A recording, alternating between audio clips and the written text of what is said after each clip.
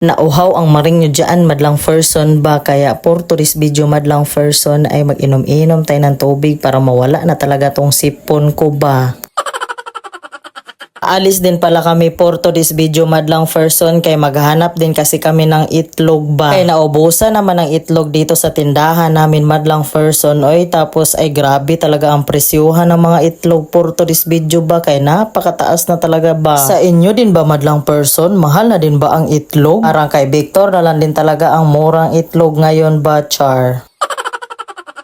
Pagkatapos namin bumili ng itlog madlang person, dumiretso din pala kami dito sa gasolinahan kay si Victor nagyaw-yaw na, kay mukhang mawala na daw ng gasolina itong motor namin ba.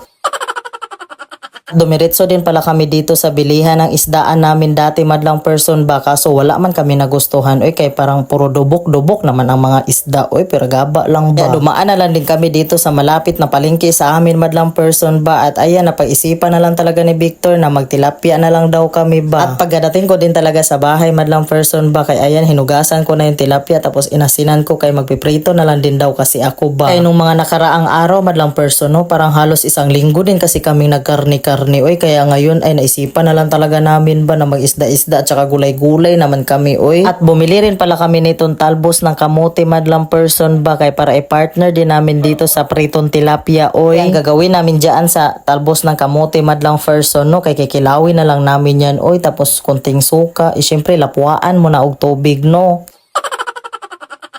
Tapos haluan ng sibuyas, suka na maanghang, o diba, pites na talaga ang ulam namin for tonight madlang person ba. Minsan nakakaluya din talaga tong laging karne madlang person, no, as in straight talaga ang aming pagkakarne sa buong linggo madlang person ba. Ngayon naman madlang person, straight din kami nito buong linggo, gulay at saka isda.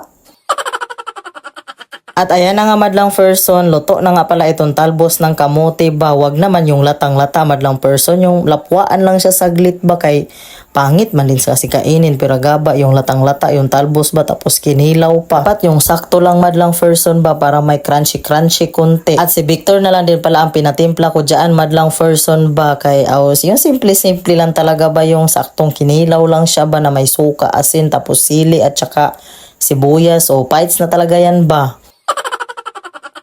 Nakakatakam na madlang person, no. Relate lang talaga ang hindi rich kid niyan, o diba?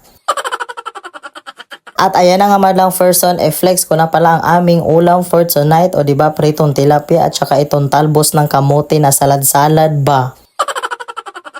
O siya madlang person, pagkuha na og plato kay mga tanin nyo ba.